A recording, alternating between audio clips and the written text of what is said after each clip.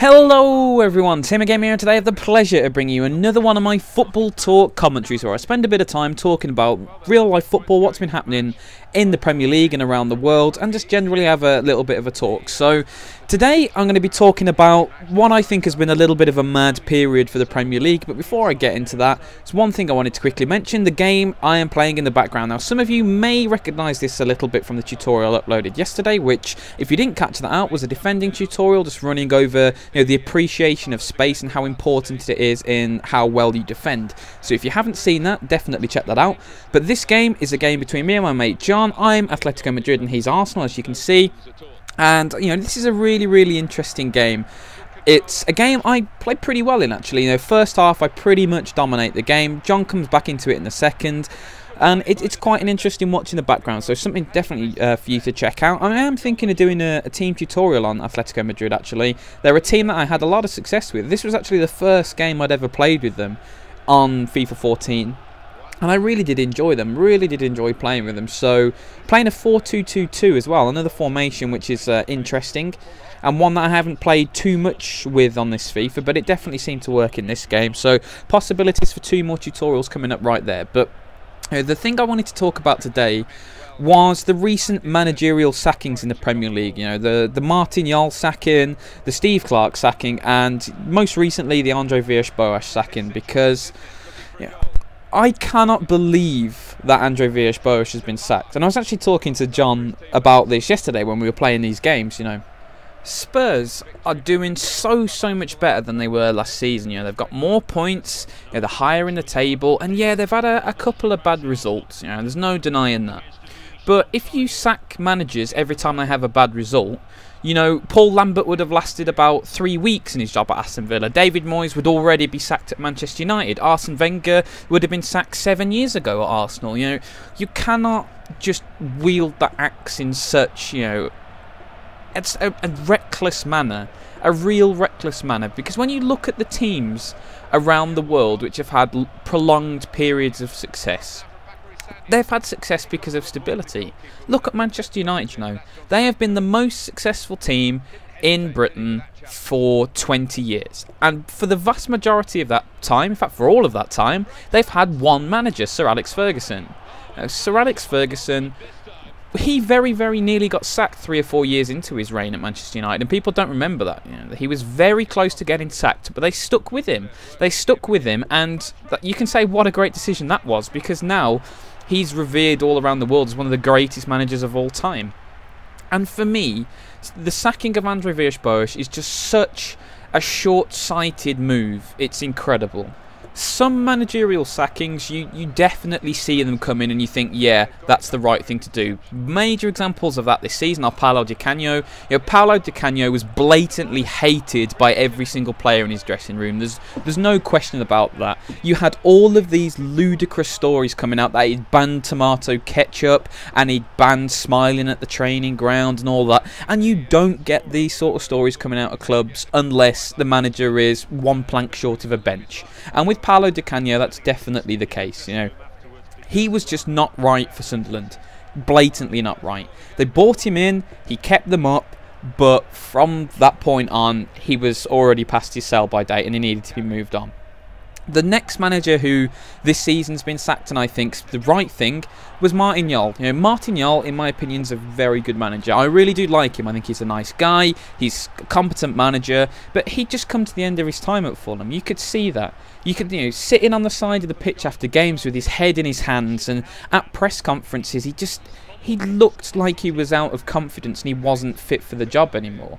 And occasionally you get managers who reach that point. Look at Ian Holloway at Crystal Palace. He just got to a point where he realised he couldn't continue. Another manager this week who went, Gianfranco Sola at Watford, got to the point where he just realised that I need the break here. I cannot continue at the standard I want to continue. And occasionally you do get a point in a managerial cycle where a certain person doesn't fit a certain club anymore. And that definitely happens. You cannot... Every single manager in the world cannot manage the same club for 25 years. I perfectly understand that. But Villas-Boas came in like 18 months ago, I think it was now. It wasn't very long ago at all. He came into a club which has always been a little bit of an underachiever in the league. You know, it's never really done particularly well. It's got Champions League a couple of times, but not regularly. It hasn't really had the squad depth to challenge for a title in a very long time, and it hasn't really won a major piece of silverware in a long time. So Tottenham Hotspur are a very solid but unspectacular upper middle table club, basically. You know, you won't see them finish too lower than 8th too often, but then again you won't see them finish too much higher than 4th very often. They're in that sort of second tier club. Last season they lost their best player. They lost Gareth Bale. You know, Gareth Bale, I don't think he's the most valuable player on the planet. I think he's a very overrated player personally. I think Luis Suarez is twice the player Gareth Bale is, for example. But there's no denying that Gareth Bale is still a fantastic player, and he was Tottenham Hotspur's best player last season by a mile. Absolute mile. He was a huge part of their goals and a huge reason why they were successful, and all of a sudden he's gone. Now, imagine you're Andre Villas-Boas in this situation. You've come into a club which has always historically been, you know, in that second tier of Premier League club. You've moved them onwards. You know, like I've mentioned, Tottenham have got more points this season than they did last season. Yes, you haven't been playing the style of football that these Spurs fans seem to demand, which is the expansive passing football. And everyone goes like, oh, under Harry Redknapp we played this beautiful football. Everyone sees Harry Redknapp with such rose-tinted spectacles. It's incredible.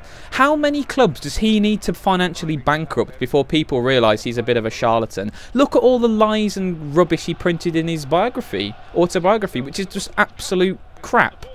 No, lie after lie after lie he printed in that thing. And they've been proved to be lies, because everyone has come out and said, I didn't say that, or that didn't happen, or that happened in the wrong order, or he's embellished that beyond all measure. You know, Harry Redknapp is such an overrated manager and just an overrated human being, in my opinion, that he's not even worth comparing to Andre Villas-Boas. You know, Villas-Boas has lost the best player at his football club. He went out and spent a lot of money, but don't forget, you know, Spurs got a world record transfer fee for Gareth Bale, as well as they loaned out Jake Livermore for a fee. They sold Stephen Culker to Cardiff for over £10 million, sold players like Tom Huddleston, loaned out all sorts of players for fees, Asuakoto for QPR. Do you think they would have loaned Benoit Asuakoto to QPR unless some serious wedge had come their way? No chance. Absolutely no chance. Daniel Levy's a very, very astute director of football. You know, he always gets a great deal for Spurs. So if you sit there and say, well, Andre Villas-Boas has spent this ludicrous amount of money, therefore he needs to win the league, I completely refute that argument. He has reinvested the money that has been lost from the squad. So if you look at it, he's pretty much broken even in the money he spent. You know, when you look at the money that a Premier League club makes in a year, and all of the money Spurs received from selling players, you know, Tottenham have not overspent by any stretch of the imagination. If you look at the players he's bought, can anyone deny players like Eric Lamela, Christian Eriksen, Roberto Soldado, Nacer Chadli, you know, all of these players, Paulinho, can you doubt that they're good players? Of course not. But when you're trying to revolutionise a squad and you bring in, you know, 7, 8, 9 players, it's going to take a while for them to bed in. You know, it really is going to take a while for them to bed in. And you cannot expect a manager to come in and revolutionise a squad who's lost their best player and who's signed 10 players in about 4 months. You just cannot expect that to happen. And you know, the Premier League, it's just so incredibly over the top. I can't really understand it. If Andre Villas-Boas had taken Spurs to 15th and they'd got like 20 points and they were on the edge of the relegation zone or whatever, then you could possibly understand it. But that's not what's happened at all. They've had a couple of bad results against teams with budgets and spending power far, far beyond what Spurs have done recently. Like Manchester City. They lost to Manchester City. Oh no. Man City spend 300, 400, 500 million on accumulating that squad. Of course they're going to have the occasional barnstorming performance in them. You know, that's inevitably going to happen. So you've got all of this together. Villas-Boas, I think he didn't help himself with what he's done with the media recently, and I do think the media were out to get him, a little bit of a scapegoat. You know, some sections of the media, like for example Martin Samuels, I think it is, They will print whatever sensationalist rubbish they think will sell. And certain managers always come up into the circulation of that. They'd been on Martin Jol's back for a while. They saw he was going to get sacked, and I think Andrew Villas-Boas was just their next thing. And he came out and said basically what was the truth, that they were, unfairly victimising him in the paper. They were misquoting him, which, a lot of journalists, I'm not going to say all journalists, because there's plenty of very, very decent, hardworking, talented journalists out there, but several journalists in the sports industry do this. They always do it, because it's what sells papers. And Villas-Boas came out in a press conference and very, very loudly condemned these particular journalists and had arguments, and that doesn't look particularly good.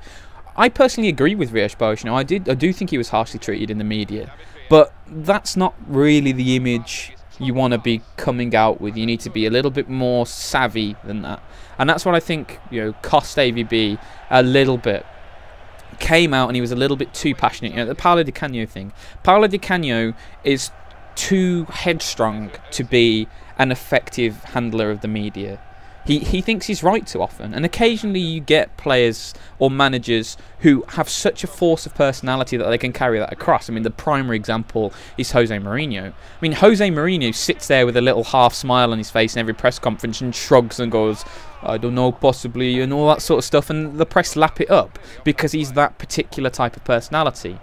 But when you're a new manager, like an AVB is, to try and do that, it's difficult. If you come out and say you're the special one, or if you come out and then say, oh, these people are victimising me, you need to back that up with immediate performances, and that sort of put a lot of extra pressure on him. But even so, I still think the sacking is a massive, massive wrong decision. Just look at the managers Spurs have been linked with since. They've been linked with managers like Glenn Hoddle, Fabio Capello.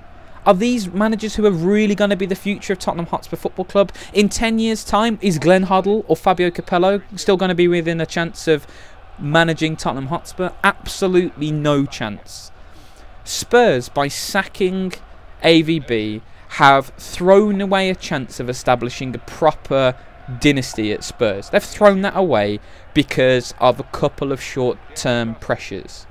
And I understand that the Premier League's a very, very unforgiving, high-pressure environment. But like I mentioned earlier, AVB has not been doing badly at Spurs, not by any stretch of the imagination. And if you'd have given him time, you'd have given him more opportunity to keep that squad moving forward, I have no doubt that he would have done it. Just look today. I mean, Brad Friedel came out today and said all of the players were behind AVB, we all supported him, and we were disappointed to see him go. And this is the backup goalkeeper who says that. Of all the players in that squad who have the right to be unhappy, Brad Friedel is certainly one of them, because Brad Friedel should and would start for any other Premier League club, possibly bar 2 or 3, if he chose to move. Brad Friedel is a top quality goalkeeper. Yes, he's still 40-odd, but he's still a fantastic goalkeeper, and he would start at the vast majority of other Premier League clubs. So the fact that the backup goalkeeper comes out and says that we were happy shows that perhaps that it probably was true.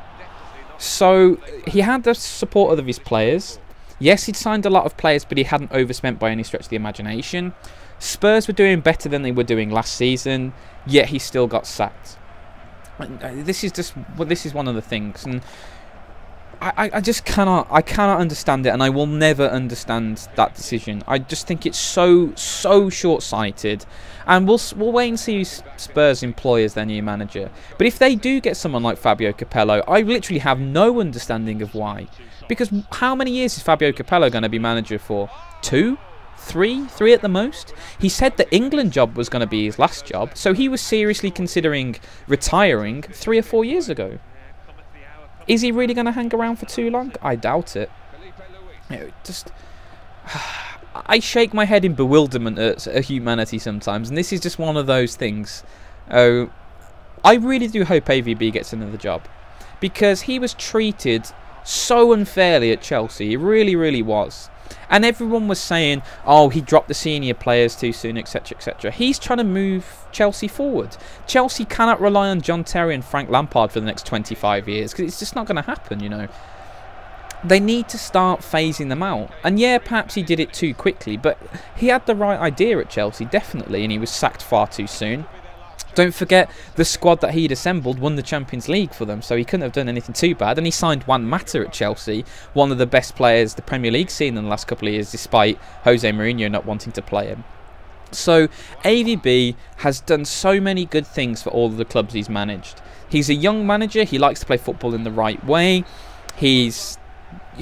I can't believe he's been sacked. So I really do hope AVB gets a job at a top quality European club, because in my opinion he definitely deserves it. But guys, thank you so much for listening to the commentary. Really hope you've enjoyed me talking about some real life football. I'd be very interested to hear what you guys have to say about that. So once again, thank you so much for watching, and as always,